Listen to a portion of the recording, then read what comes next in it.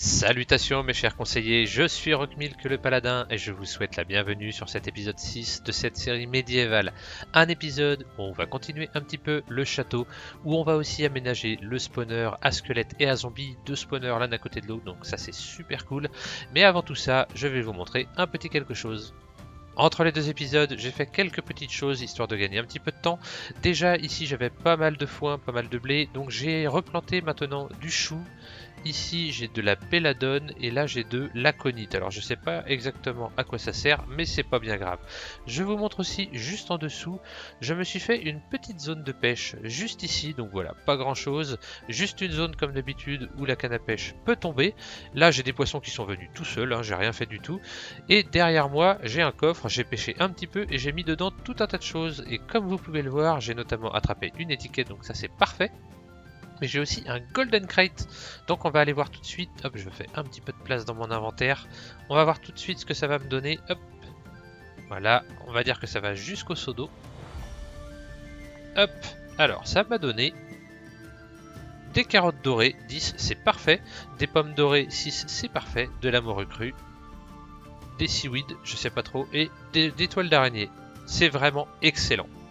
Maintenant que j'ai une étiquette, j'aimerais aussi faire quelque chose. Ici, en fait, on a donc la zone avec nos villageois qui arrivent, et je pensais l'aménager un petit peu de façon à mettre un petit rail qui part comme ça, et ensuite qui irait juste qu'à un endroit qui se trouverait par ici, avec éventuellement un zombie, et ça permettrait en fait de faire glisser les villageois dans un wagonnet, ensuite de le faire transformer par un zombie, et ensuite, une fois qu'il est transformé plusieurs fois, le renvoyer dans une zone par ici, pour ensuite le mettre derrière un petit pupitre ou n'importe quoi, n'importe quel bloc métier, et qui nous fasse des super prix dans son métier. Donc on va certainement aménager aussi ça dans cet épisode.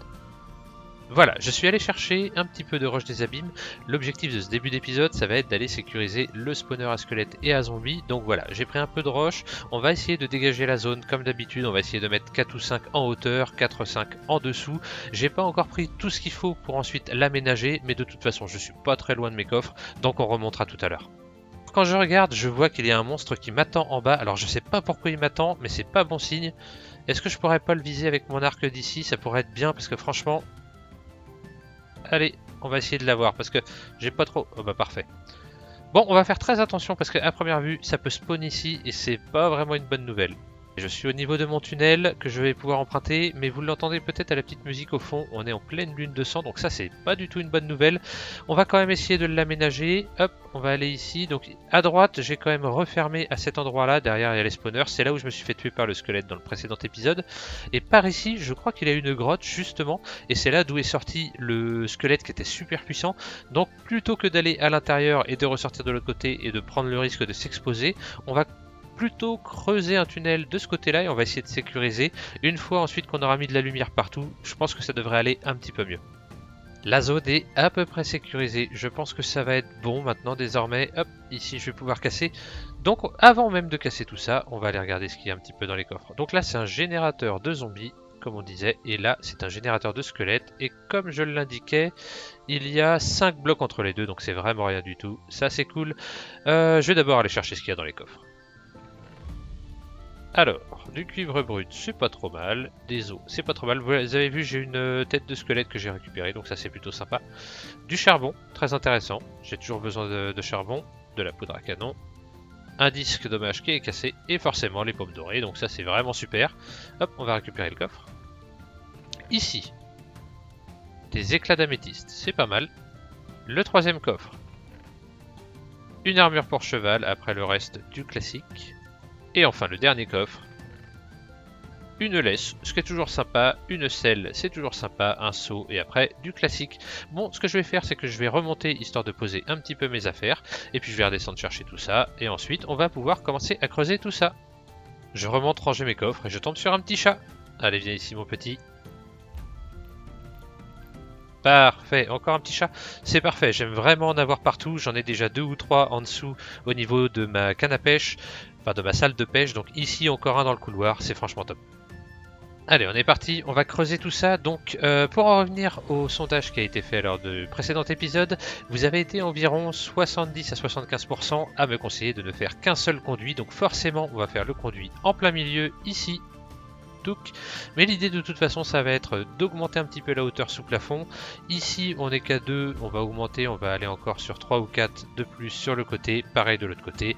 Pareil là-bas, là-bas. L'idée c'est vraiment de pousser les murs et ensuite on creusera un petit peu en profondeur, on met une dalle par-dessus et normalement ça devrait être bon. Par contre on va y aller avec beaucoup de précautions parce que si ça pop, on sait comme les monstres qui peuvent sortir de ces spawners peuvent être puissants. Donc l'idée ça va vraiment être de ne jamais déclencher un seul spawn de ces spawners.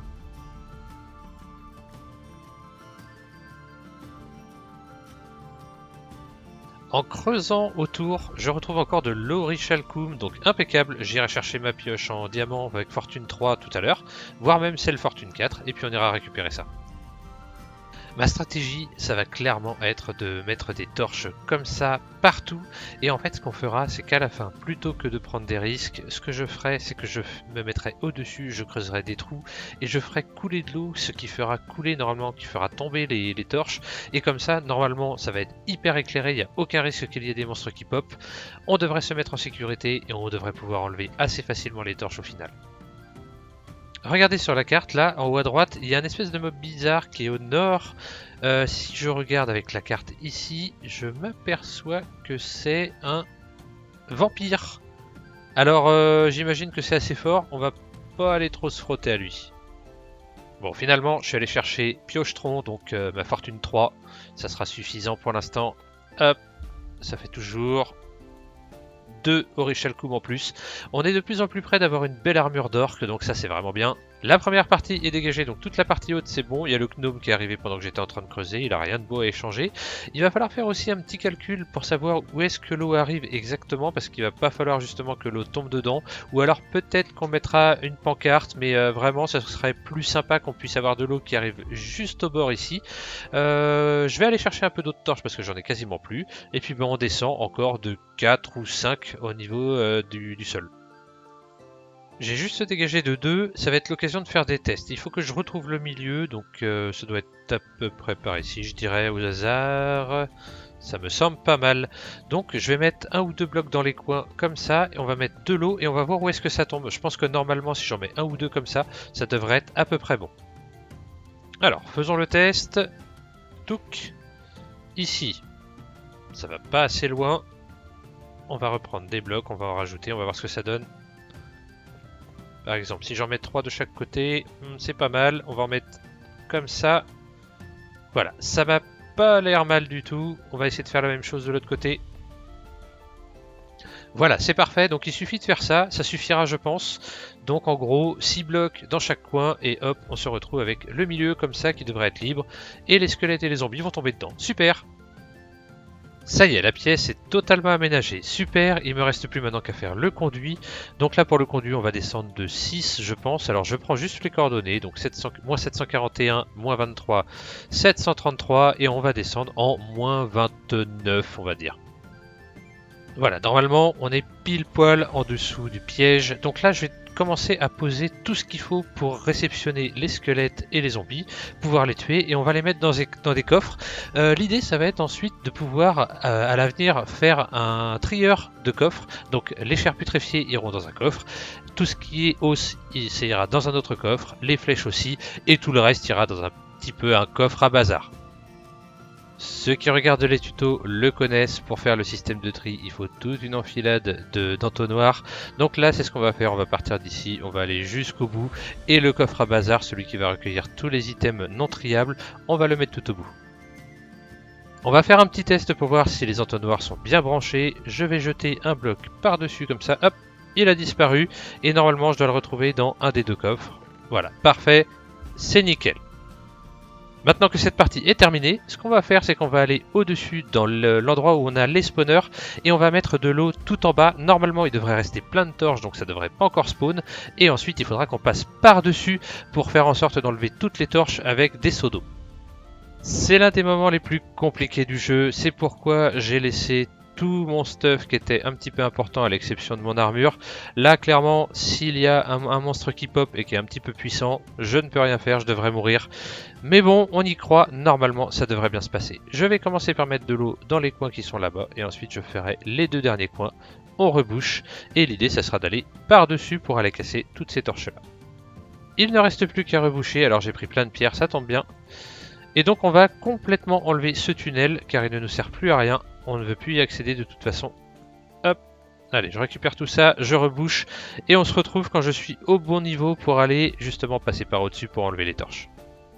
Voilà, les spawners sont vraiment juste en dessous de moi. Maintenant, pour arriver sur le côté, c'est très simple. Il suffit de se mettre ici et de décaler de 4, 1, 2, 3, 4. Et en creusant, on tombe sur les bords. Donc là, je suis à, on va dire, 2. Voilà, c'est ça. Donc voilà, il suffit maintenant de faire des calculs, à chaque fois de mettre de l'eau. Et puis ça devrait bien se passer.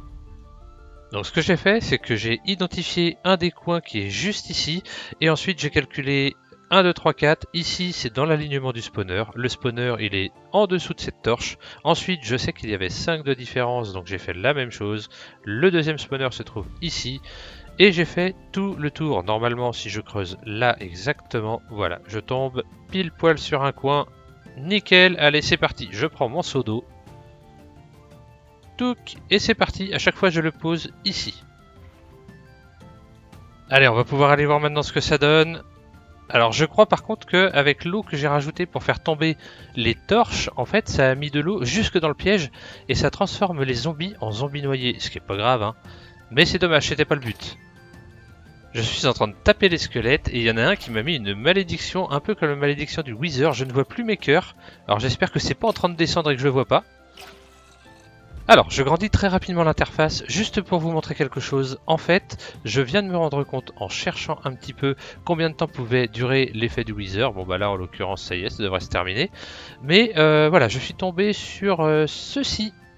Donc là, on voit un peu tous les bonus que je peux avoir, un peu façon RPG, mais surtout le livre qui est à côté. Je peux augmenter de niveau. Voilà, par exemple, là maintenant je suis niveau 5, j'ai donc 5 points que je peux mettre un petit peu partout. Qu'est-ce qu'on va faire? Voilà, en fait, maintenant je vais répartir mes points. Je vais regarder un peu à quoi ça sert, et puis je vous montre un petit peu le résultat de tout ça. En vrai, la force, là, me semble plutôt pas mal. On va mettre 2 points, ça peut être bien. On va mettre 1 point en constitution, ce qui permet en fait de résister, d'avoir un peu plus de vie, etc. Un petit peu d'intelligence, parce que ça fait pas de mal. Et pour l'instant, on va plutôt... Alors j'hésite entre la dextérité et la chance. Je crois que je vais plutôt partir sur encore de la... Oh, encore de la force, allez. Ça y est, c'est terminé, j'ai réussi à sécuriser le spawner, j'ai remis l'eau comme il faut, j'ai l'impression que maintenant toutes les créatures tombent bien au centre comme prévu. Par contre, là c'est vraiment embêtant parce que j'ai toujours l'effet de Wither. Ce que je vais faire, c'est que je vais aller prendre un seau de lait, je pense que ça devrait l'enlever.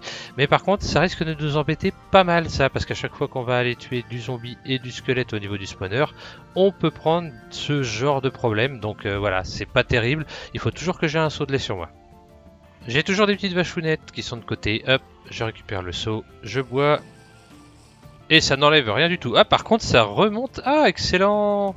Ça remonte la totalité de l'eau, de l'hydratation. Donc ça, c'est cool, franchement. Impeccable. Plutôt que de m'embêter à aller prendre de l'eau croupie. Je suis en train d'essayer de tuer un zombie noyé. C'est vraiment la catastrophe. Ils sont vraiment trop forts. Ça fait à peu près 30 coups que je lui mets. Ça va vraiment pas être facile. Il y en a encore un qui me met le Wither Effect. Par contre là il s'enlève. Et ce qui s'est passé c'est que j'ai perdu la totalité de mes niveaux avec le précédent Wither Effect. Donc j'ai l'impression que c'était un petit bug. Bon c'est pas grave, de toute façon je récupère des niveaux assez rapidement. Bon je pense que j'avais pas de bug. En fait je viens de vérifier ici au niveau des attributs lorsque je veux monter de niveau. Donc là je me suis remis en petite écriture, c'est pour ça qu'on voit pas très bien. Mais globalement si je veux augmenter de niveau, il va me falloir 9 niveaux sur les 17 que j'ai en ma disposition. Donc les niveaux ça sert à la fois à enchanter et aussi à la fois à augmenter son personnage. Donc vraiment il va falloir faire une belle gestion. Je pense que je vais aller me faire 2 épées en diamant, histoire ensuite de pouvoir les enchanter un petit peu plus tard et tuer les monstres un petit peu plus rapidement. Ça nous permettra de monter de niveau assez facilement. Allez c'est bon, je viens de me faire 2 épées. Hop, elles sont vraiment très belles, ça y a pas de souci.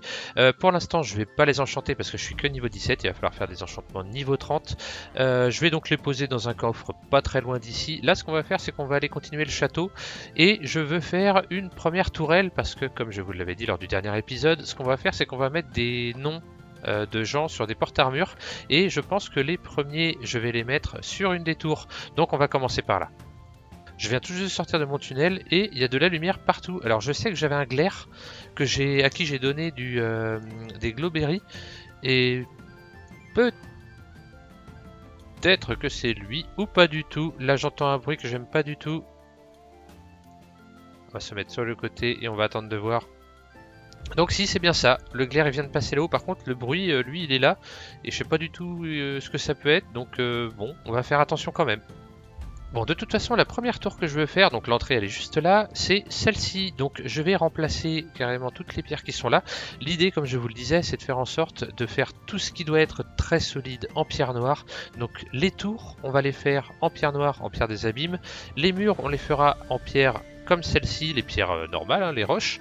Et ensuite, on rajoutera des supports en pierre des abîmes sur les murs pour bien marquer comme quoi c'est très balèze, c'est très solide. Mais pour l'instant, on va s'occuper de faire cette tour-là. Voilà, j'ai remplacé toutes les pierres ici, donc on va laisser en pierre comme ça me semble plutôt pas mal. De temps en temps, on mettra des pierres en ardoise taillée, ça peut être sympa, on va faire vraiment le même système qu'on avait ici, hein, de toute façon. Là, on va essayer de monter, on va dire, sur 10 de haut, ça pourrait être bien pour une tour, je pense que ça pourrait faire vraiment solide. On va rester sur 8, je pense. 10, ça fait beaucoup, donc hop, je redescends. 1, 2, 3, 4, 5, 6, 7, 8, voilà. Bah, j'étais même monté d'un cran de plus. Hop, on enlève. Je voudrais faire encore un palier à l'intérieur comme j'ai fait dans la tour où j'ai la ferme à faire. Le problème c'est que je commence à être un petit peu limite en bois, donc je vais aller raser un petit peu la forêt qui se trouve vers là-bas. Voilà, j'ai pris mes planches de bois, mes dalles en sapin. Alors, je vais en mettre à ce niveau-là et on va faire comme d'habitude. On va les mettre en position basse pour éviter que les monstres ne spawnent dessus. Hop, c'est parti. Au niveau de l'entrée, donc pour monter, on va le mettre en face ici. Parfait, le premier niveau est terminé. Et maintenant, ici, on va mettre l'échelle à cet endroit-là. J'ai recouvert la totalité de la structure en haut de la tour avec des dalles de différents types. C'est toujours de la pierre mais avec différentes formes, histoire toujours d'avoir un petit peu de variation. Et maintenant, on va mettre des remparts autour. Alors on va faire comme d'habitude, on va prendre un escalier qu'on met à l'envers, comme ça, qu'on va mettre par ici. On va en mettre un autre ici, etc. On fait tout le tour comme ça. Et puis on va essayer de donner ensuite un petit relief. Hop, comme ça. J'aime beaucoup la forme, en tout cas du haut. En bas, on fera à peu près pareil. Je pense qu'on va mettre des petites variations quand même au niveau aussi de la tour, parce que là, vraiment, ça fait trop régulier pour moi. Là, on va aussi mettre, donc, je disais, des lanternes qui vont pendouiller à cet endroit-là. J'aime bien aussi le petit côté autour, là. Je trouve que ça fait vraiment sympa. Probablement qu'il va falloir essayer de faire aussi une petite variation ici. Donc, je vais voir comment je vais faire. Mais l'idée, ça va être en fait que les porte-armures soient vraiment au bord, comme si vraiment ils scrutaient l'horizon. Voilà ce que ça donne pour l'instant, donc le bas n'est pas encore fait, j'ai rajouté un petit peu de variation partout. Peut-être qu'il faudra mettre des fenêtres avec, encore une fois, alors j'avais dit que je voulais pas mettre de bois, donc je sais pas trop ce que je vais mettre pour qu'on puisse voir quand même à l'extérieur, pour faire des sortes de meurtrières sans que les monstres puissent passer bien évidemment. Et en haut, je sais pas non plus ce que je vais faire encore, peut-être de la dalle, je ne sais pas. Pour l'instant, je vais laisser comme ça. Vous me direz en commentaire, comme d'habitude, si vous pensez qu'on peut l'améliorer, peut-être en montant, voilà, ici, de 1, là où c'est un petit peu plus bas sur les côtés. Ça pourrait sans doute faire sympa. Vous me direz en commentaire. Maintenant, je vais faire la même chose en bas, peut-être un petit peu moins massif, parce que là, c'est quand même assez mastoc. Et là, je devrais peut-être rajouter d'ailleurs un petit truc comme ça. Vous me dites ce que vous en pensez. Hop, est-ce que je peux le mettre? Voilà. Alors, qu'est-ce que ça donne? Ouais, ça me semble pas mal. À chaque fois que je redescends dans ma mine, je vais voir mes petits bibliothécaires qui sont là et j'essaye de le faire monter lui. Donc là, j'ai 8 livres sur moi. Tac, on va continuer à faire des échanges. Mon objectif, c'est vraiment d'avoir ce bouquin, celui-là, raccommodage, d'en avoir un maximum. Pour l'instant, j'en ai 0, mais je pense que je dois pas être loin de pouvoir en acheter un. Avec l'échange que je viens de faire, il vient de passer un niveau supérieur et il m'offre protection 4, donc franchement, il a raccommodage, protection 4, et ce truc, radiance 1, je sais pas du tout ce que c'est, mais il commence à être vraiment intéressant.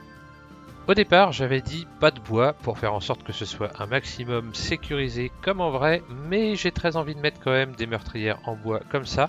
On voit de travers et en plus, au moment de l'attaque, clac, les deux s'ouvrent en même temps et je trouve que ça fait vraiment bien. Je vais en mettre tout autour et je pense qu'ensuite, la tour sera terminée.